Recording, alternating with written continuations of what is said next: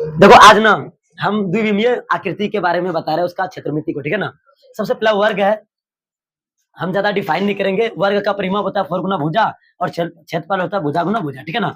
अब समचतुर्भुज का बात करेंगे। देखो इसको हम डायगोनल 1 मानते हैं, इसको डायगोनल 2, जिसका परिमाप होता है 4 गुना भुजा और इसका क्षेत्रफल होता है half into d1 into d2, ठीक है। उसके बाद हम आयत की बात करेंगे, तो इसका परिमाप होता है 2 इंटू एल प्लस बी और क्षेत्रफल होता है एल इंटू बी, ठीक है। उसके बाद हम समांतर चतुर्भुज का बात करेंगे, तो ये परिमाप 2 इंटू एल प्लस बी कर देते हैं और क्षेत्रफल आधार गुना ऊंचाई, ठीक है, जिस पर परपेंडिकुलर दिया हुआ होगा उसको हम आधार मानेंगे। उसके बाद ये हुआ समलंब। समलंब को हम इसको P1 और P2 मान लेते हैं, इसको हाइट मान लेते हैं। परिमाप इसका होता है सभी भुजा का योग, जितना भुजा होगा उसकी लंबाई का योग, मतलब जोड़ देंगे, ठीक है ना। उसके बाद क्षेत्रफल इसका होगा half into P1 plus P2 into H, ठीक है।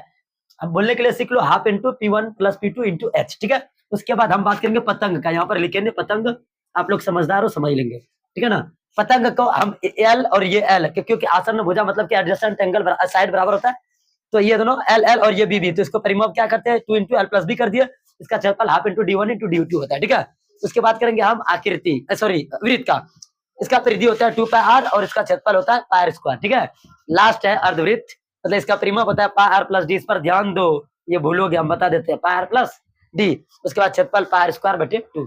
ये हुआ द्विविमीय। मैं इसके बाद त्रिविमीय का भी वीडियो बना दूंगा, ठीक है ना। तो शायद कि अच्छा लगा होगा।